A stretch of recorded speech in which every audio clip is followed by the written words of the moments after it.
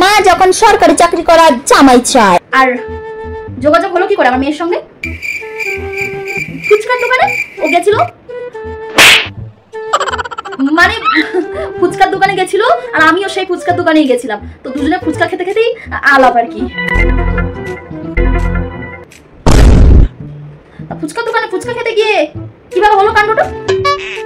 না ফুচকা খেলাম, তারপরে ওর বোধহয় ঝাল লেগেছিল, লঙ্কা বেশি খেয়ে নিয়েছিল, দিয়ে আমি একটা আইসক্রিম কিনে দিয়েছিলাম। তখনই আর কি ফোন নাম্বার এক্সচেঞ্জ হয়, তারপরে ফোনে ফোনেই কথাবার্তা শুরু হয় আর কি। আন্টি ফোনটা দে।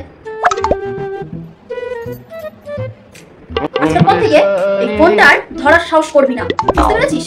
এই ফোন এবার আমি লকারেই রাখবো। মা আমি বিয়ে করলে ওকেই করব, ওকে ছাড়া আমি কাউকে বিয়ে করব না।